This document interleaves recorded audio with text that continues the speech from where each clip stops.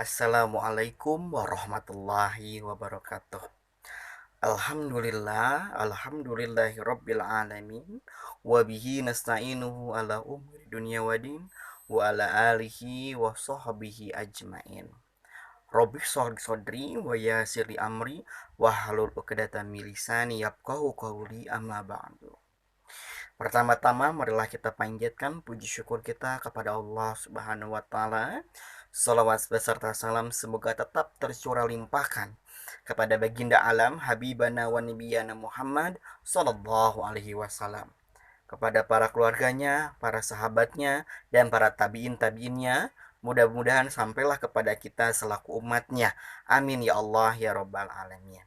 Anak-anakku yang Bapak cintai dan Bapak banggakan, bagaimana kabarnya hari ini, sehat?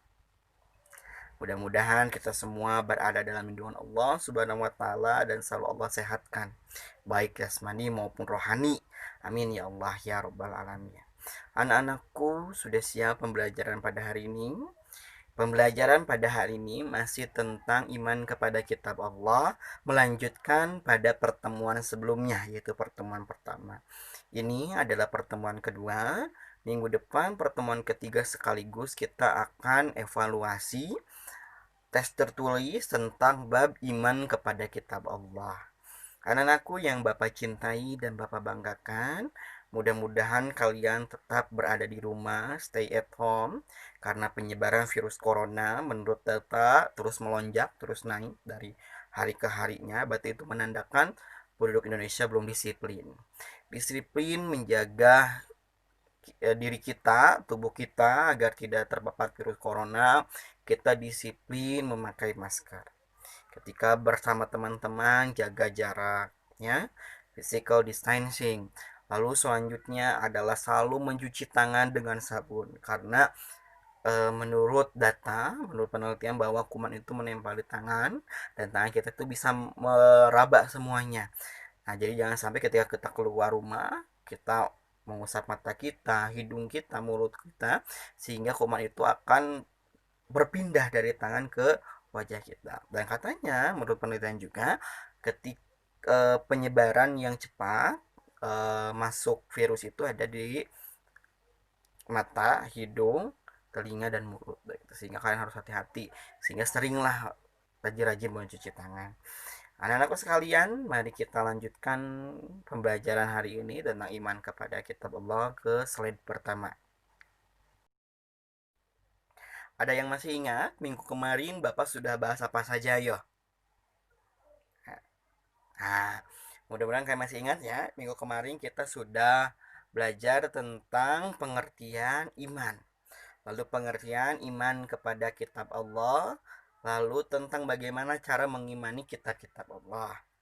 Nah, pada hari ini Bapak akan menjelaskan apa itu kitab, lalu kitab apa saja yang Allah turunkan dan siapa saja yang menerima dan apa isinya. Nah, hari ini akan dibahas, mudah-mudahan kan tidak bosan ya.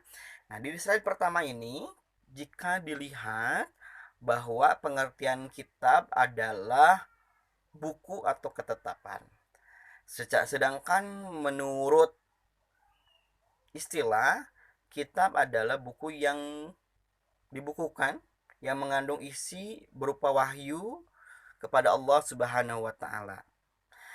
Untuk siapa? Untuk umatnya yang disampaikan melalui para rasul. Itu kita. Pak, nanti suhub apa? Nanti suhub ada berada di akhir ya. Nah, isi kitab Allah secara garis besar, jadi bukan secara khusus ya, tapi secara umum isinya adalah satu, ajaran akidah. Akidah itu adalah tauhidullah, mengesahkan Allah, dan tauhid Rasul, mengesahkan Rasulullah kalau dalam Al-Quran. Jadi syahadat ya, syahadat itu ada dua, syahadat Allah dan syahadat Rasul. Asyhadu alla ilaha illallah, syahadat Allah, tauhid. Wa asyhadu anna Muhammadar Rasulullah, dan syahadat Rasul. Nah, yang kedua isinya apa? Yang kedua adalah ajaran syariat Allah terhadap manusia, yaitu mengenai aturan. Kita punya agama, kita punya kitab, maka isinya itu adalah aturan-aturan yang harus dilaksanakan. Seperti minggu kemarin Bapak sudah jelaskan bahwasannya kitab itu adalah petunjuk. Kalau kita beli sesuatu, itu pasti ada petunjuknya. Untuk apa? Untuk bisa kita laksanakan. Begitupun dengan kita. Di situ ada ajaran-ajarannya. Selanjutnya adalah yang ketiga adalah ajaran akhlak. Manusia hidup di dunia itu punya sikap, punya akhlak. Bagaimana agama ini, kitab ini memberikan arahan agar akhlak kita menjadi akhlakul karimah, menjadi akhlak yang baik, menjadi akhlak yang bisa dicontoh, sehingga kita mampu untuk menjalankan kehidupan di dunia maupun di akhirat. Yang selanjutnya adalah ajaran tentang janji dan nikmat Allah, tentang ancaman, tentang segala sesuatu yang kita perbuat pasti ada timbal baliknya. Apa yang kita tanam, itu yang kita panen. Kita menanam kebaikan, maka kita akan memanen kebaikan. Kita menanam keburukan, maka keburukan itu akan kembali kepada kita. Mengapa demikian? Karena sudah ada takdirnya, sudah ada tulisannya. Seperti kita memanen, itulah yang kita akan tanam. Bapak memanen padi, maka Bapak menanam padi, maka yang Bapak akan panen juga itu padi. Tidak mungkin Bapak menanam padi, yang Bapak panen adalah waluh, kentang, nggak mungkin. Tapi padi juga, begitu ya, jadi beras begitu. Nah, begitupun kehidupan di dunia ini. Ketika kita menanam kebaikan, maka yang akan kita panen juga adalah kebaikan. Begitupun sebaliknya. Ketika kita menanam keburukan, maka yang akan kita panen juga keburukan. Selanjutnya yang kelima adalah kisah dari umat-umat terdahulu. Seperti kisahnya Nabi Adam sampai Nabi Muhammad SAW. Itu diceritakan kenapa? Supaya agar menjadi ibroh, menjadi pelajaran bagi kita semua. Yang keenam adalah kaidah-kaidah ilmiah yang merangsang akal pikiran dan pengetahuan manusia. Contohnya apa, Pak? Nah, contohnya terjadinya hujan itu berada di dalam Al-Quran. Nah, tapi dipelajari juga di IPA secara ilmiah. Secara Al-Quran itu ada. Nah, itu kenapa? Itu merangsang otak kita. Untuk apa? La'alakum tatafakarun. Bagaimana manusia untuk berpikir. Kita akan membahas yang pertama ini adalah kitab Taurat. Yuk, kitab Taurat diturunkan kepada Nabi kepada Nabi Musa alaihi salam. Kitab Taurat ini diturunkan pada abad ke-12 sebelum Masehi. Kitab Taurat diberikan kepada Nabi Musa untuk kaumnya, yaitu kaum Yahudi atau Bani Israel. Bismillahirrahmanirrahim. Walaqad ataina Musal kitaba la'allahum yahtadun. Artinya, dan sungguh telah kami anugerahi kepada Musa kitab Taurat agar mereka Bani Israel mendapatkan petunjuk. Quran surat Al-Mu'minun ayat 49. Nah, apa isi kandungannya? Isi kandungannya, semua isi kitab itu mengandung kepada kebaikan. Tidak ada kitab-kitab yang Allah turunkan itu mengandung keburukan. Tidak ada, semuanya mengandung kebaikan. Yang pertama adalah larangan menyembah patung atau berhala. Yang kedua, larangan menyebut nama Allah dengan sia-sia. Yang ketiga, perintah menyucikan hari Sabtu. Yang keempat, perintah menghormati kedua orang tua. Yang kelima, larangan membunuh sesama manusia. Yang keenam, larangan berbuat zina. Yang ketujuh, larangan mencuri. Kedelapan, larangan menjadi saksi palsu. Kesembilan, larangan mengambil hak orang lain. Semua ajaran itu ajaran yang baik. Apa yang tidak baik? Tidak ada ya. Jadi semua kitab isinya baik. Kitab yang kedua adalah kitab Jabur. Kitab Jabur ini diturunkan kepada Nabi Daud alaihi salam untuk bangsa Bani Israel ya, atau umat Yahudi. Kitab ini diturunkan pada abad 10 sebelum Masehi di daerah Yerusalem. Nah, bahasa dari kitab Jabur ini adalah bahasanya Kipti. Bismillahirrahmanirrahim. Wa rabbuka a'lamu biman fis samawati wal ard wa laqad fadhalna ba'dhan nabiyina ala ba'din wa tayna Dauda jabura. Yang artinya, dan Tuhanmu lebih mengetahui apa yang ada di langit dan di bumi. Sungguh kami telah memberikan kelebihan kepada sebagian nabi-nabi atas sebagian yang lain, dan kami berikan Jabur kepada Nabi Daud alaihi salam.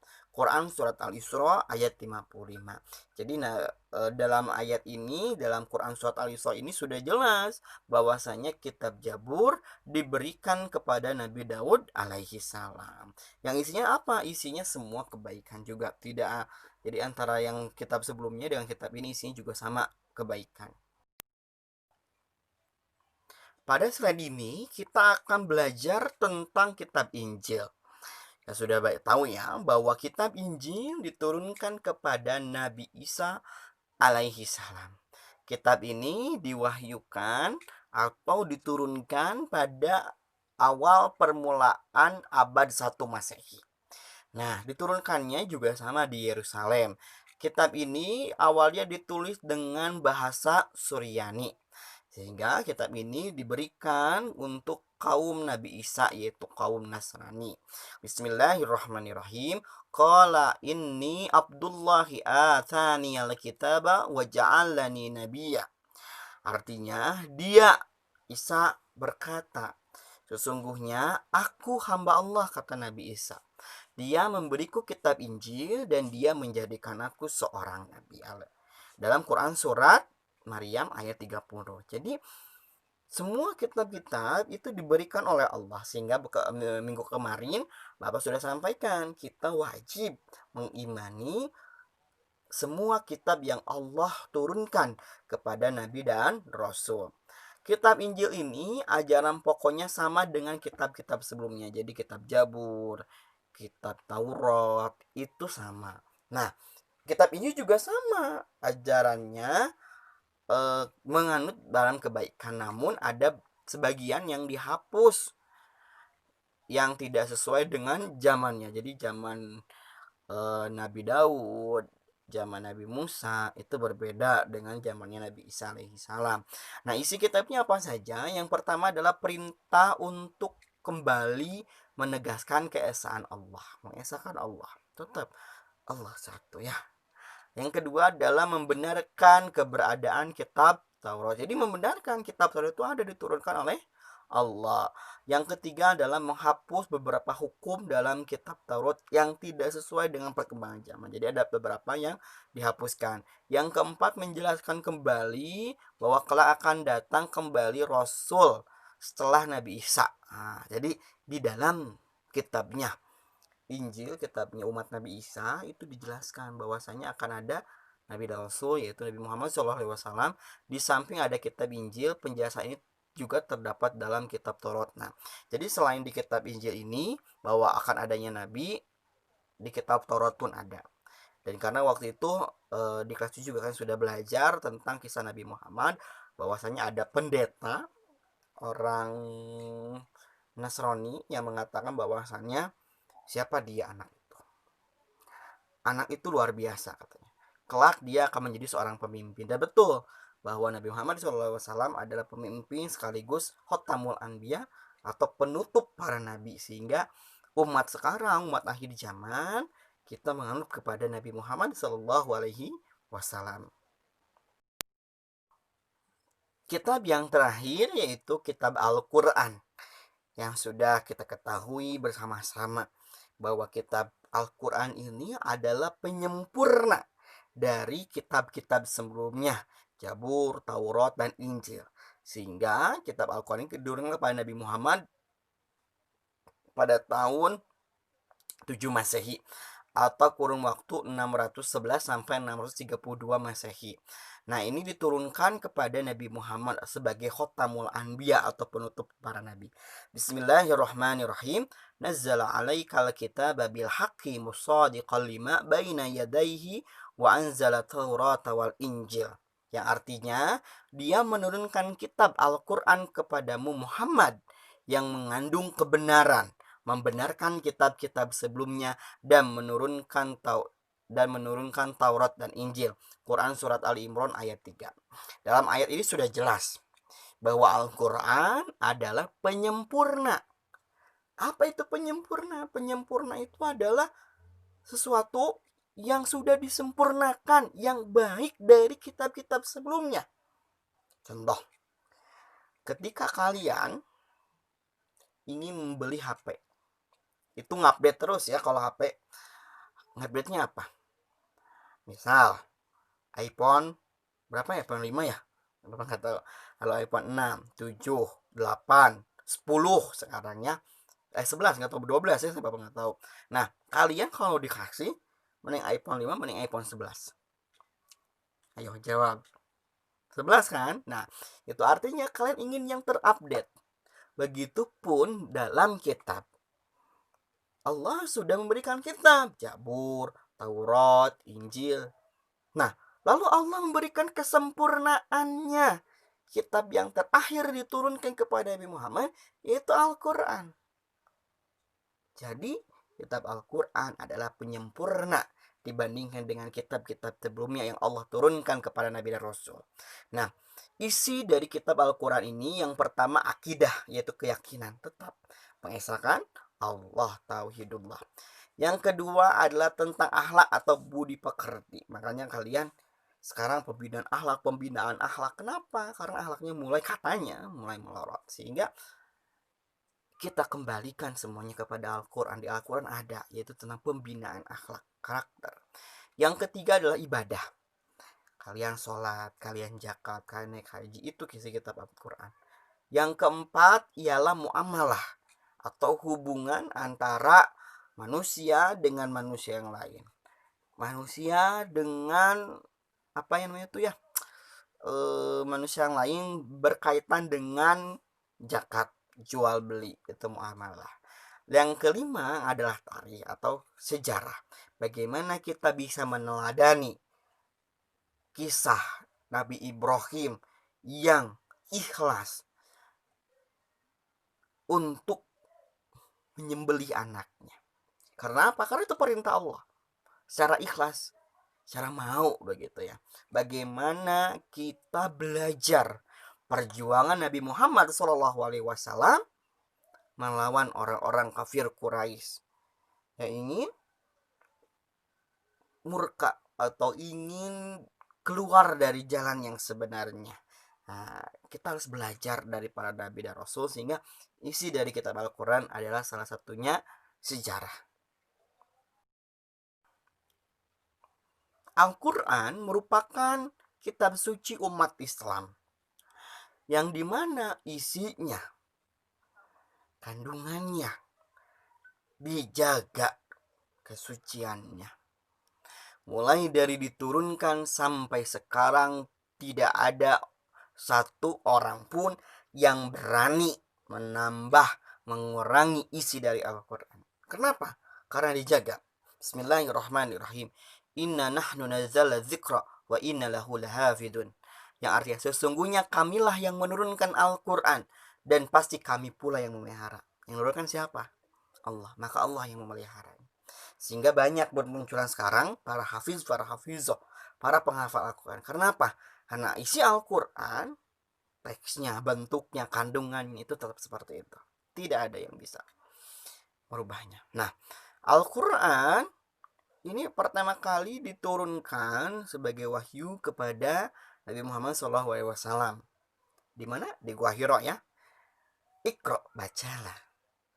Bukan membaca secara teks, tapi bacalah kehidupan. Sama seperti kita.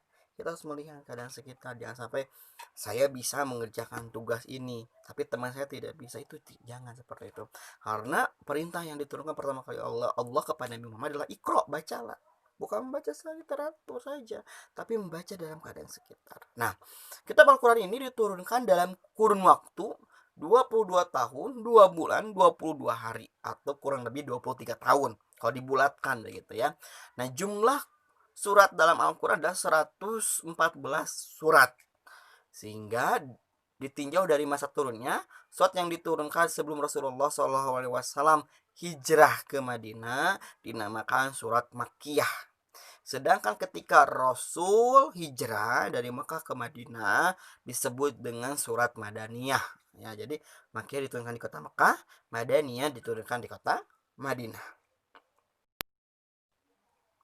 Pada pembelajaran slide kali ini, Bapak akan membahas perbedaan kitab dan suhuf. Di awal pembelajaran, Bapak sudah menjelaskan apa itu kitab. Bahwa kitab adalah wahyu Allah yang dibukukan. Suhuf apa, Pak? Suhuf adalah wahyu Allah berupa lembaran-lembaran. Jadi hanya lembaran-lembaran saja, belum dibukukan. Nah, dalam Quran surat Al-A'la ada beberapa nabi dan rasul yang mendapat suhuf. Inna hadza la fi suhufil ula, suhufi Ibrahim wa Musa. Jadi siapa yang mendapat suhuf? Ibrahim wa Musa, Nabi Ibrahim dan Nabi Musa. Nah, kitab dan suhuf mempunyai persamaan juga perbedaan. Di keduanya sama-sama firman Allah. Nah, jadi bersumber dari Allah, langsung dari Allah persamaannya. Diturunkan kepada Rasul, adapun perbedaannya adalah pertama isi kitab lebih lengkap dibandingkan suhuf, karena suhuf berupa lembar-lembaran, sedangkan kitab sudah dibukukan maka isinya itu lebih lengkap kitab dibandingkan dengan suhuf. Yang kedua adalah bentuk dari kitab itu sudah dibukukan, sedangkan suhuf masih lembaran-lembaran terpisah. Jadi kalau menurut kita itu adalah kertas yang sobek belum dibukukan begitu, jadi hanya berupa lembaran-lembaran. Atau bisa saja ketika kalian perempuan nih kelas 8 yang kemarin kelas 7 sama Bu Nurbani disuruh bikin puisi, itu kan lembaran, nanti lembaran itu akan dibukukan, disatukan menjadi kumpulan puisi, nah dibukukan begitu ya. Selanjutnya adalah kita biasanya berlaku lebih lama dibandingkan dengan suhuf begitu. Itu adalah perbedaan dari kitab dan suhuf. Alhamdulillah, anak-anakku sekalian, kita sudah belajar tentang iman kepada kitab Allah pada pertemuan 2. Tadi kita sudah membahas beberapa materi tema tentang iman kepada kitab. Mulai dari pengertian kitab, lalu kitabnya apa saja, diturunkan kepada siapa, dalilnya apa, lalu isi kitabnya itu apa. Selanjutnya perbedaan kitab dan suhuf. Nah, pada slide terakhir ini Bapak akan memberikan tugas kedua. Tugas ini yang pertama, kalian baca dari keempat dalil yang telah tadi Bapak bacakan. Dalil tentang kitab Jabur, dalil tentang kitab Taurat, dalil tentang kitab Injil, dan dalil tentang kitab Al-Quran. 4 ya, ada 4. Kalian baca dan kalian hafalkan. Setelah dibaca dan telah dihafalkan, kalian buat video. Di sini Bapak akan menilai sikap kejujuran dan tanggung jawab serta disiplin. Jadi ada 3 nilai sikap yang akan Bapak nilai pada pertemuan kedua ini. Pertama, kejujuran. Kalau kalian di rumah, hafalannya itu bisa saja kalian nyontek nih. Seperti misalkan Bapak menjelaskan ini, Bapak sambil melihat teks yang ada di depan Bapak. Nah, kalian jangan. Bapak ingin kejujuran kalian. Yang kedua adalah tentang disiplin. Kenapa disiplin? Kalian mengumpulkan tugasnya harus tepat waktu.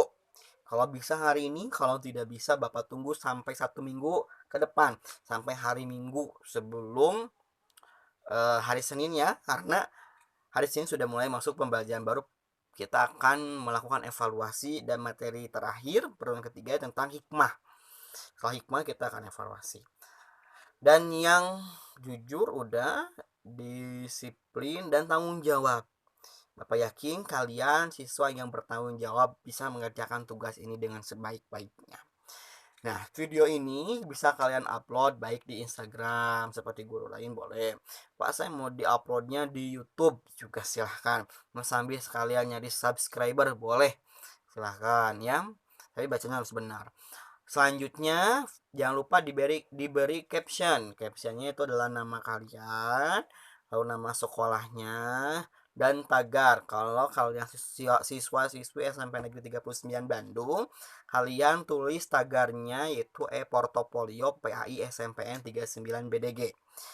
Nah, sebaliknya kalau kalian adalah siswa-siswi SMP Negeri 21 Kota Bandung, kalian tulis tagarnya portofolio PAI SMPN 21 BDG. Nah, kenapa? Karena biar Bapak ketika mau menilai, Bapak tinggal ngecek tagar tersebut. Begitu. Nanti Bapak nilai. Selanjutnya, setelah diupload, salin linknya. Kalau di YouTube itu ada paling bawah. Di bawah videonya ada eh sebarkan, kalau nggak share. Nah, kalau bahasa Inggris share, kalau bahasa Indonesia sebarkan. Klik nanti di sana copy link. Nah, linknya bisa di copy, baru kalian buka link tugas yang minggu kemarin. Nanti copy di sana ada kotaknya. Kalau kalian upload di Instagram juga kalian bisa. Caranya dengan kalian klik titik 3 yang berada di atas kanan layar kalian. Klik di sana ada salin tautan. Klik salin tautannya, buka link tugas, tempelkan di link tugasnya. Begitu. Kalau ada pertanyaan silahkan bisa menghubungi Bapak kapanpun. Bapak siap membantu kalian, WA, telepon, SMS, insya Allah Bapak balas kalau Bapak tidak tidur ataupun tidak rapatnya. Mungkin cukup sekian pertemuan kali ini. Silahkan kalau ada yang ditanyakan kita bisa diskusi di grup WhatsApp PAI kelasnya masing-masing maupun di kelas umum yang untuk SMP 21. Bapak cukupkan sekian, mudah-mudahan ilmu yang kita dapatkan pada hari ini bermanfaat baik di dunia maupun di akhirat dan kalian menjadi anak yang soleh dan solehah. Amin amin ya Allah ya rabbal alamin. Bapak cukupkan sekian, mohon maaf apabila banyak kesalahan. Wabillahi taufiq wal hidayah, waridho wal inayah wal afu minkum. Wassalamualaikum warahmatullahi wabarakatuh.